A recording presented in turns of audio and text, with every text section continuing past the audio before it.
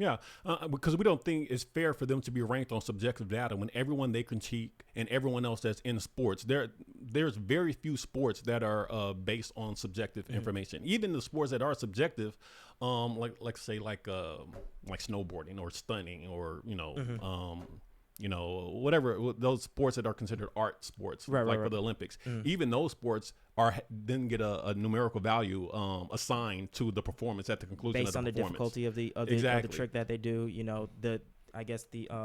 The stunt, the order of how they combine the stunts that they do. I mean, there's a whole thing to it. And then as far as sportscaster, it's really just, as of right now, it's just how many people are watching you. Yeah, exactly. Are you entertaining? It doesn't really matter if you're right or wrong these days. It's more so, can you bring a crowd? Yeah, and I think because of that, and because there's no numerical quantitative data put on the actual professional sportscasters, sports media, and they work so closely with sports, it's incomplete. Right. Yeah, and I think the National Sportscaster League, what we're trying to do is we're trying to complete their process. Let's put them into a competitive arena as well. Exactly. Hold them to some type of accountability, and that's how we do it. We do that as a group through the utilization of the actual Apple app for now, and then when we have the Google Play Android version of the app available, you guys can also download the app and start crowdsourcing and gathering these actual predictions as well as you sit there and watch TV. Like I was saying before, it doesn't really require you to do anything. You don't have to watch any extra shows at all, because this is not for everybody. Right. This is for people who watch sports media. Exactly. Bottom line is that's a lot of people. I'm comfortable just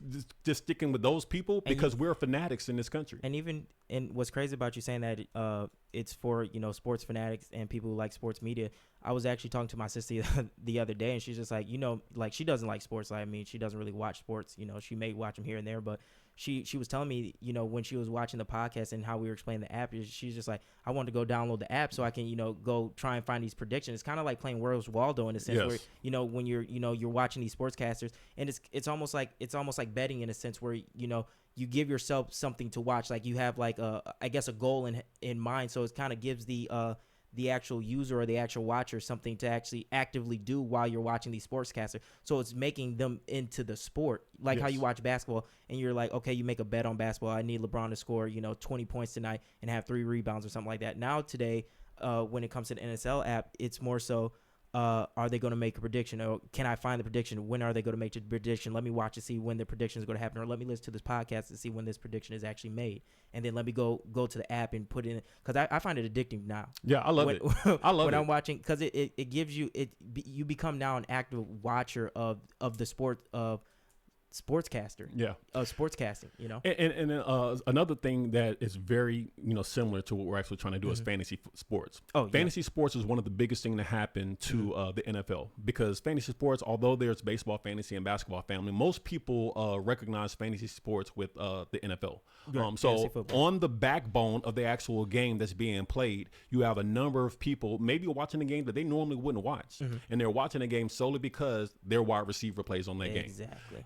So on the backbone of the actual game that's playing, people are watching their own game or their own player, their own form of entertainment, in a second dimension in a way. And that's kind of what the NSL is for sports media.